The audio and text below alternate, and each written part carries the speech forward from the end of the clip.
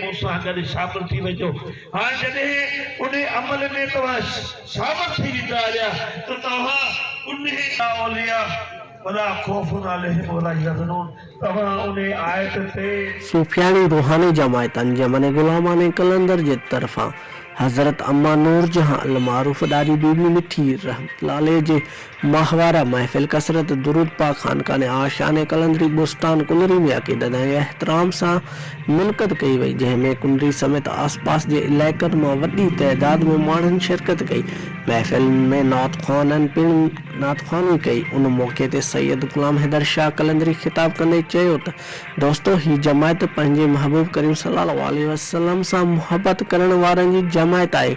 ही फी सबीलिल्लाह पंहिंजे महबूब सल्लल्लाहु अलैहि वसल्लम ते दुरूद पढ़ण वारी जमायत आहे। क़ुरान पाक जी सूरत शवारवा जी आयत जे मफ़हूम बयान कंदे चयो आहे त ए पैगंबर, तव्हां उन्हनि खे चई ॾियो त आऊं मुंहिंजी तबलीग जो उजूरो कुझु कोन थो वठां सवाइ पंहिंजनि जे मोहब्बत जे। हज़रत अली अलैहिस्सलाम, हज़रत सैयद ख़ातून जन्नत अलैहिस्सलाम, हसनैन करीम अलैहिस्सलाम उहे अहल बैत आहिनि। हदीस आहे त अल्लाह सां मोहब्बत करियो, अल्लाह जे करे मूं सां मोहब्बत करियो, मुंहिंजे मोहब्बत जे करे मुंहिंजे अहल बैत सां मोहब्बत करियो। ॿिए हंधि महबूब करीम सल्लल्लाहु अलैहि वसल्लम फरमाए थो त अल्लाह जो कसम, एसि ताईं अव्हां जा ईमान मुकमल नथो थी सघे जेसि ताईं तव्हां अल्लाह जी ख़ातिर मुंहिंजे अहल बैत सां मोहब्बत नथा करियो। हिकु ॿी हदीस आहे त जीअं अली अलैहिस्सलाम सां मोहब्बत कई उन मूं सां मोहब्बत कई, जीअं अली अलैहिस्सलाम सां बुग़्ज़ रखियो उन मूं सां बुग़्ज़ रखियो, जीअं